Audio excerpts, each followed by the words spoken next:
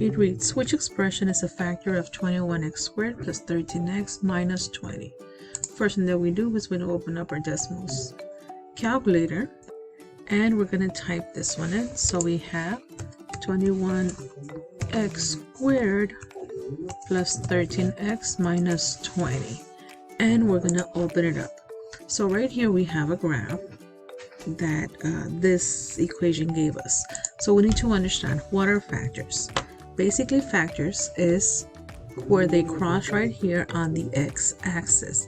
Now where do you find those numbers right here? So what you do is you click on the graph and it's going to give you two gray dots. Can you see them? They're right here. Here's one of them and here's one of them. So this graph, because it goes all the way down and then it goes all the way up, it crosses the x-axis twice, here and here. These are your two factors. So let's look at answer choice A. Let's type in answer choice A right here in number 2, 3x minus 4. And then we're going to ask ourselves, is this line, the blue line, crossing here or here?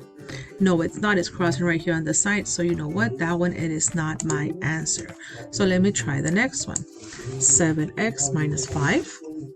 I make it bigger. And I click on the red one. It has to cross through this dot. Does it cross here? No. How about to this dot? Yes. Look how the blue line passes through that point right there. That is how you find that this one is a factor of this line because it goes through that point.